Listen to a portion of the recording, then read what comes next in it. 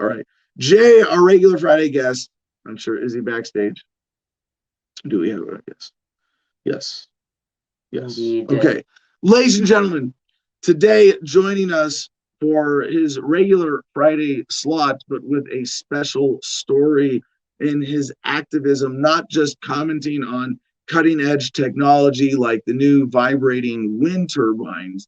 Jay Nygaard, the turbine guy, gogreenenergyonline.com, is coming to tell us about the latest story with his federal lawsuit recently filed for persecution over his driveway. Oh, Yeah, mercy. I yeah. remember No, this. this is a continuation of the bullshit that he faced in his hometown. And I'll let him get you the details in the background. But I gotta say, Jay, welcome to the show. Happy Friday. It is exciting to see your activism taking this specific form now, and to see you fighting back like this. So please, before we get into this, give us the background, the whole driveway bullshit, and even when we first interviewed you for Adam versus the Man, we talked about uh, Oronos. Is that the city councilor's name who's really leading this petty abuse racket? That would be Dennis Walsh. Okay, Okay. Dennis Walsh is the city council member. Who is Orono in this? Orono is the city I live in. Actually, who Orono is, Orono's named after Chief Joseph Orono out of Maine. Excuse me. I was seeing Orono's lawyer, and I was like, wait, who's that? Oh, Orono. Really, really interesting, awkward town name. And I should remember it more. But okay, so you got a picture of the city lawyer. All right. Sorry, Jay. Take us back before I put my foot in my mouth anymore. Give us the background on the story and how the driveway became an issue, please. Okay, I'd be glad to do that. The first thing to mention, though, is Orono is named after Chief Joseph Orono in Maine, for which Orono, Maine was named. So they're the only two Oronos in the country, and they're actually named after an Indian chief. So I hope the original Orono didn't need an attorney at any point. No. Eventually we did. Eventually we need lots of them. The original Orono, the chief. That was a bad history joke. Sorry, keep going. I'll just sit here and smoke some this. Okay. As you know, I've been an activist against my city for years. We sued the city in relation to an illegal wind turbine ban and won, and we've been fighting over a bunch of other stuff. But what happened recently is beyond belief, really, how petty these people can be. We bought the house next door from the neighbors to settle a lawsuit, which was a great idea. They sued us, we bought their house. Lawsuit over. So part of it was the driveway was junk, and I had to replace the driveway. So I searched the Orono code, I searched the website. I couldn't find anywhere listed where it said specifically you need a permit to replace a driveway, let alone for a new driveway. So there was nothing. So I went and pulled it out. Pulled the whole driveway out, got it prepped and ready to pour the first half. And right as the cement truck shows up, now, isn't that how it always works? Right when right when the cement truck shows up, who shows up but the city inspector to issue a stop work order. And I'm going, what's going on? He said, well, you need a permit. I said, I couldn't find where you need a permit. I've gotten permits for these other things on the property because I could find where you needed them, and I couldn't find anywhere. And he said, well, there's no specific permit. You need a general zoning permit. And it's like, well, okay.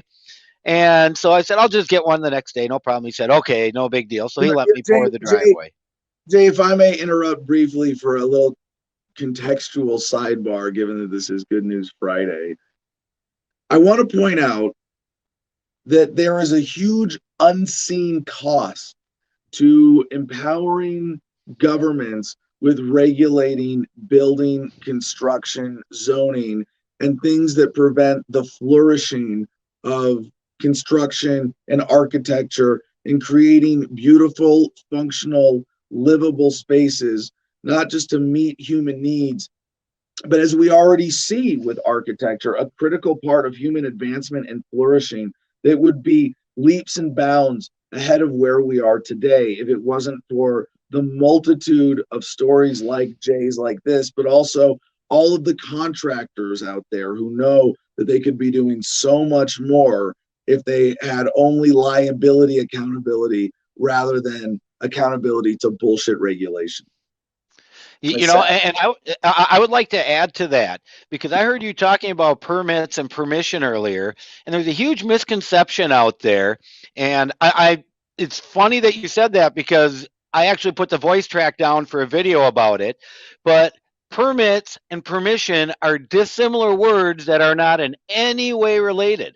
You already have the right to do what you're going to do on your property. That's called property rights. A city doesn't hold a thing over you saying you have, we've got your rights in our hand. Not how it works, okay? You are not going to the city when you fill out for a permit asking for their permission. What you're doing is you're going and saying that this item that you've chosen to regulate under the guise of protecting the health, safety, welfare of you or your neighbors or anybody. Excuses. Right, but those are the reasons that they can really do. The problem is they don't do health, safety, welfare anymore. Now they're trying to regulate color. They're trying to regulate other things, and it's gone beyond the scope. And what I'm trying to point out is that they need to stick within their legal scope. Okay, their legal scope is regulating health, safety, welfare. So, for instance, if you're putting in a clothesline, hey, I don't want to give them that. Hey, fuck you, government. Stay away from my health, safety, and welfare. Well, but no, I get your point in restricting it to that. But even that's very dangerous. Well, it is, but my point is, for instance, people could wire a house poorly and burn it down and kill people they rent it out to or something. So the government's chosen to say, look, that's a health safety issue. So therefore, we just need to ensure when you do it to a certain standard so that we don't have issues. That's what permits to meet standards. I'll tell you, I would say that this is a legitimate social function, right? To mitigate hazards between people and things like that. But it can be done without government more effectively when it's done with insurance, regulation, and communities coming together to help each other rather than the way that it's done in a punitive and pay for your rights system that we have today. Oh, no, I completely agree with you on that, 100%. It's just the issue now is they've got this regulated framework and they go way beyond it. And how are we going to get them to get what we're talking about until we can get them to just start working within the framework they're supposed to? We got to start marching them backwards. And that's part of it. I want people to understand that permits and permission are dissimilar words that have nothing to do with each other. All they can do is try to regulate in some manner to protect others. And for instance, if you want to put a clothesline out in your yard, why should that need a permit? There's no permit need. Who are you going to endanger by putting a clothesline up? So that's something that a code, especially in my city in Orono, is so all-encompassing. It regulates that close. They choose to use the code against you. And that's the other big problem, is how arbitrarily these things are written, that if they want to screw with someone, they can. If they don't want to screw with someone, they don't have to. Okay, yep. And that's exactly what we've run up against. And that's what happened with this driveway issue. So I put the driveway in. I'm applying for the permit. I qualify for the permit. Hold on a second, Jay. I want to go back to understand the story. That day you had the cement truck there the first time. Did you say, piss off, I'll deal with this later, go ahead and do the driveway? Or did the cement truck driver say, well, no, the city guy's here, I'm going to get in trouble, I can't do this? And then you had to start over. No. I know the inspector, and I kind of know all the inspectors because I pull permits for solar systems and other things around here. So I run into them quite a bit, and they know me. But I explained, hey, I can't find where to get a permit. And he's like, well, you just need this general zoning. I said, well, if that's what you say, that's what I'll do. I just wanted to solve the problem. I got the truck there. Let's pour it. I'll fill out for a dinky little permit, and then, whatever. So I did that. Well, there's an issue that's a big elephant in the room nobody wants to talk about. It's the fact that that driveway was substandard, but not only that, the road is substandard, dumping city stormwater into it. So I had been complaining to the city that you need to take care of your own stormwater. It's not my job to do that. Fix the damn road. Okay. And instead of that, what they tried to do was require me to put a 1 5/8 inch lip on my driveway to solve their problem. And I'm not going to do that. And I said, okay, please show me where in the code you have the authority to do that. And they pointed me to part of the code that's for curb and gutter streets that requires it because they have curb and gutter. And I looked around. Nobody else has a lip. I don't have a lip on my other house here. It's not a curb and gutter street. So I crossed it off their little form. I crossed a couple other things like a sidewalk off that didn't apply and sent it back. And they got real mad at me. And they kept trying to tell me that we went back and forth, and they even admitted in their emails that the lip was a suggestion. They admitted it was a suggestion in an email. Right. And finally I got a threat on I think it was a Friday afternoon. It said it was noon. It said, if you don't pay for your permit and sign that form, then I'm sending it off to the prosecutor. And sure enough, they sent it to the prosecutor.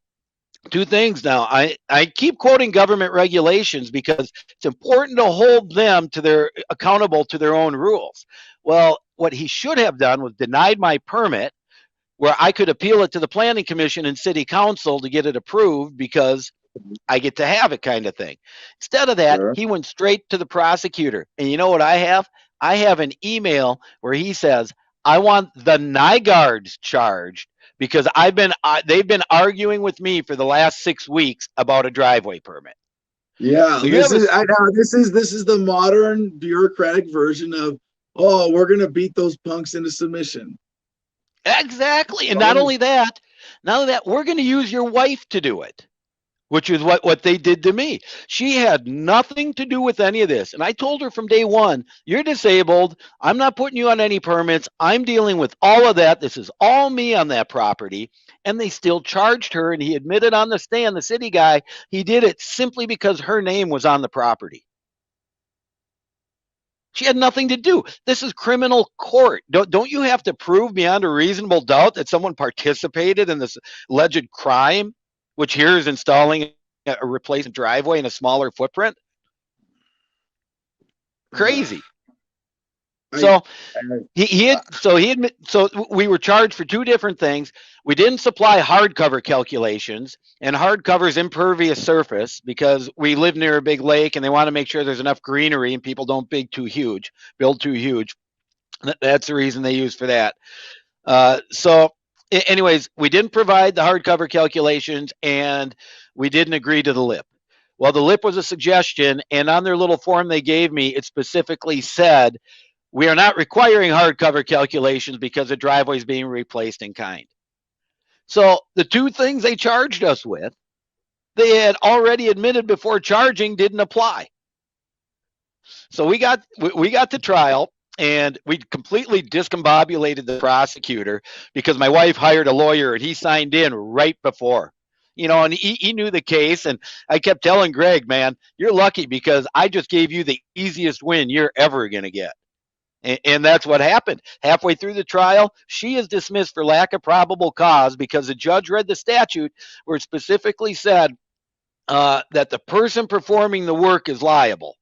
Right. Well, she didn't perform anything. Her name's not anything. Dismissed for lack of probable cause. They had no reason to charge her, and the judge acknowledged that. I went through the trial. Well, Jay, I got to point out a couple of things here. One is something I've been told by cops before. You can beat the charge, but you can't beat the ride. And it's if we want to fuck you up, if we want to punish you, if we want to rough you up and detain you and hold you until you get bail, we're gonna do it. Yep. You want it. Like I would rather do a month in jail than have a criminal case that lasts, I don't know, 3 months. It's like that. They take over your life. It's like being in court is worse than being in jail.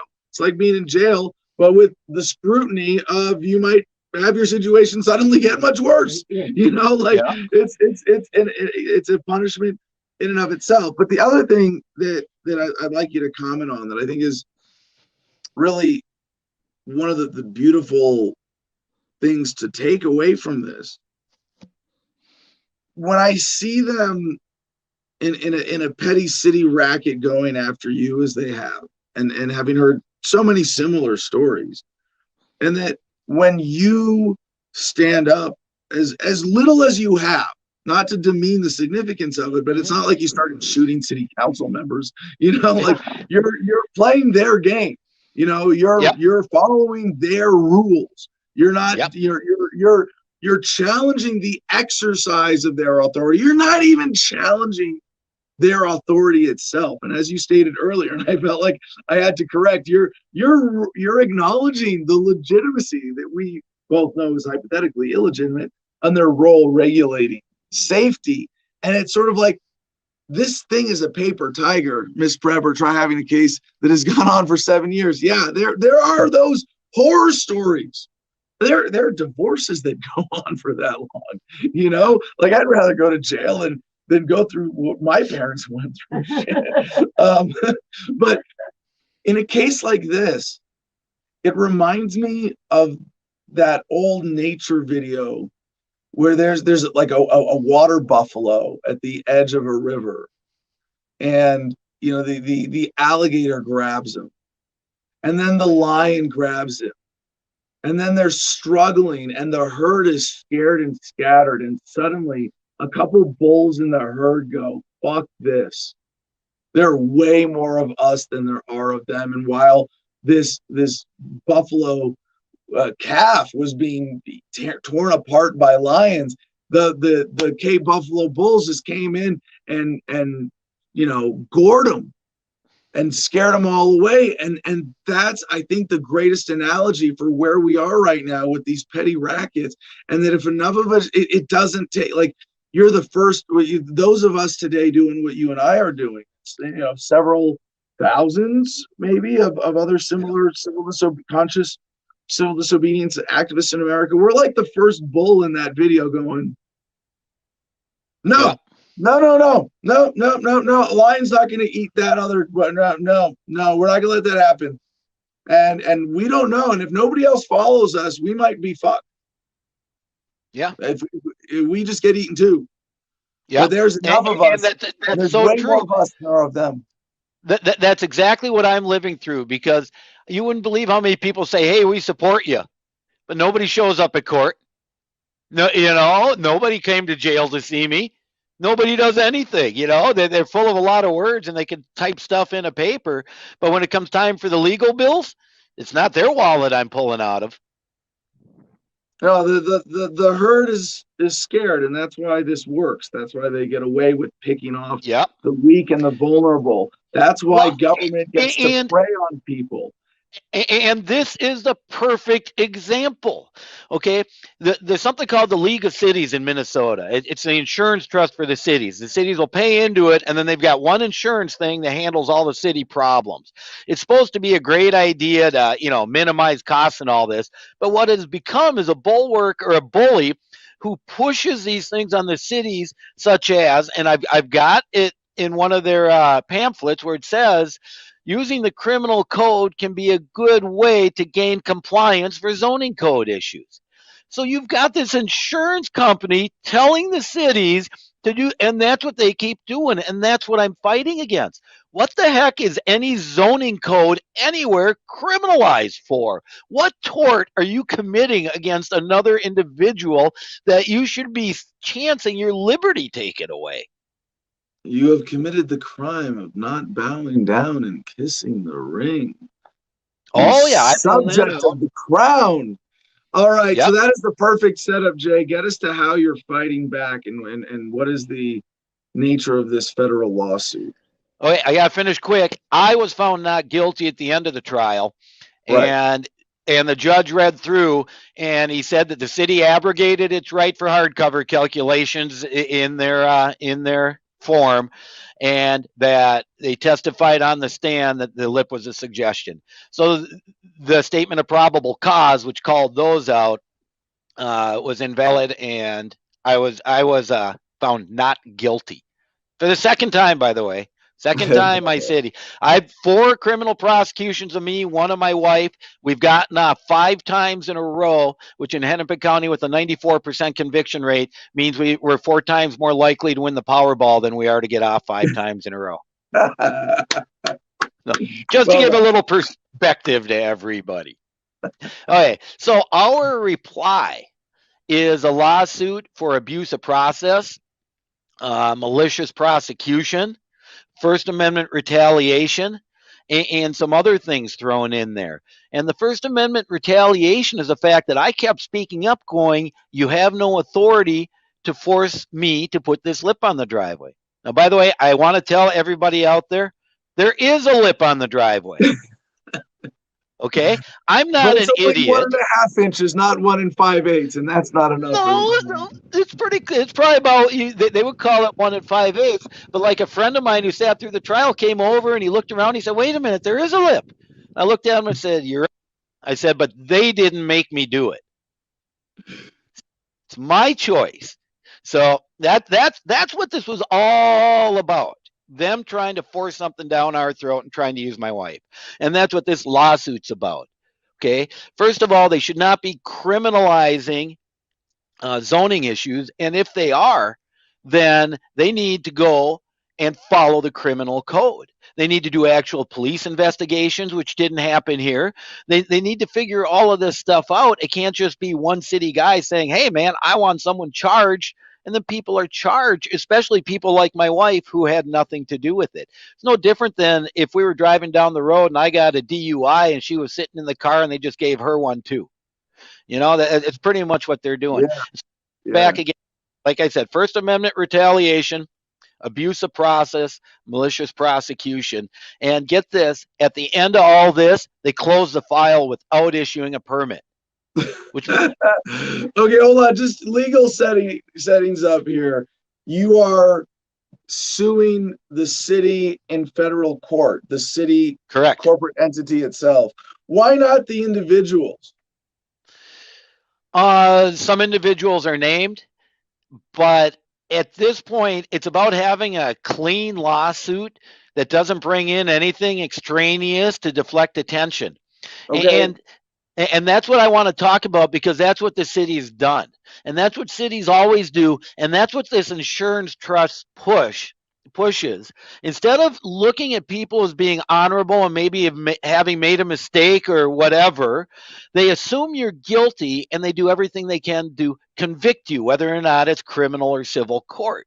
Okay, they never assume or even investigate if the city's doing anything wrong. So here they are taking public tax money and assuming you're a criminal and you have to prove you're innocent through these processes, which is what we've had to do. Mike Freeman on YouTube asks, have you contacted the Institute for Justice or any other similar institutions? Okay, excellent. So I want to ask for the significance of this because most cities in America have some form of petty racket like this.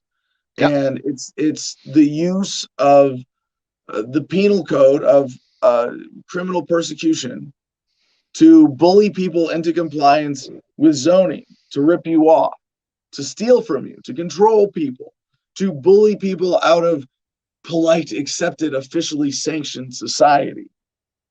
And it seems that this case, should you score the ideal federal victory that sets precedent, could be a major step in pushing back the predator class.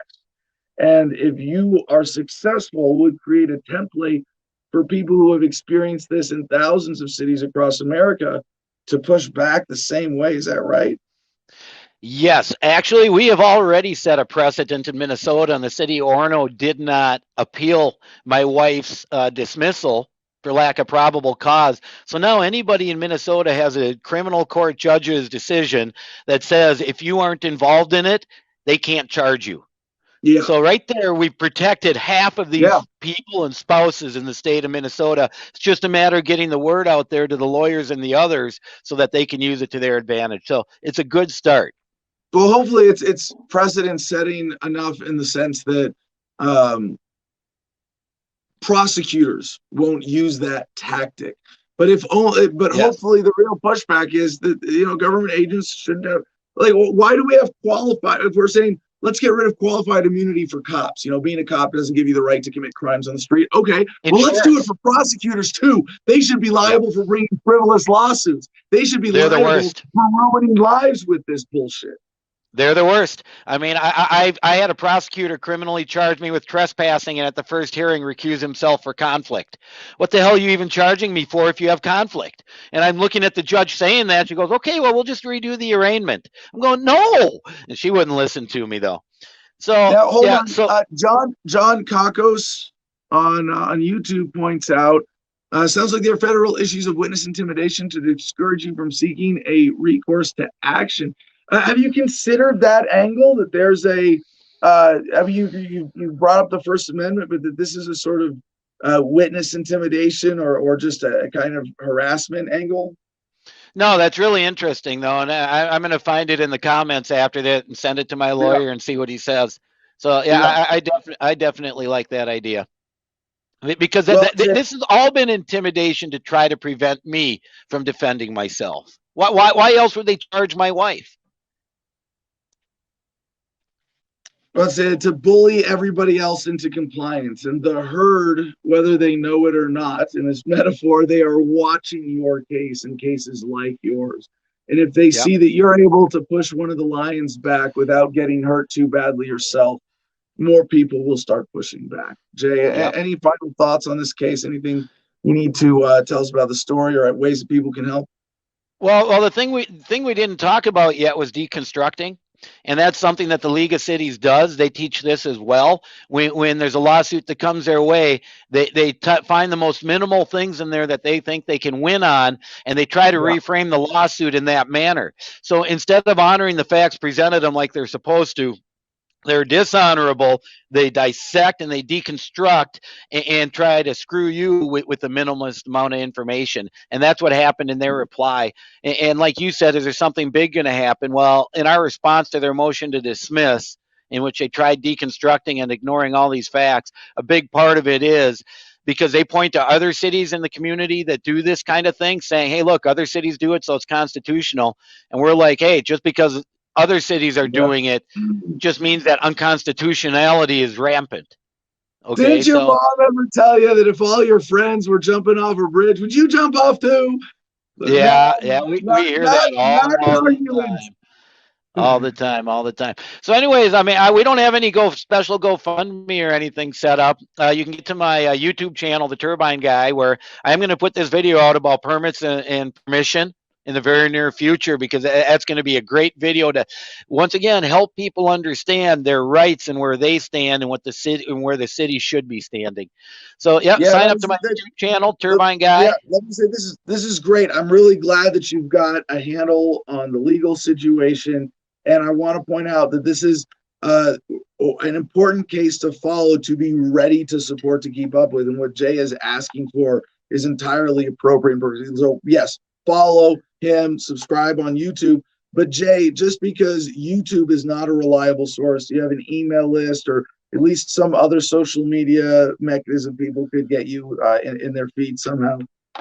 Well, unfortunately, I'm an old guy and I'm social media limited. That's my big problem. I am on Twitter as Turbine Guy USA, but I don't get there much. I do have my website, gogreenenergyonline.com. You can always find me through there with an email address. And my phone number's there. And you know, when people call, I talk to them, and I talk to people from just like you, I'm sure. I love answering the phone and hearing other people's stories. And you know, sometimes they're looking for a little bit of advice to help themselves out too. So, you know, I'll give my phone number out, 952-334-6400.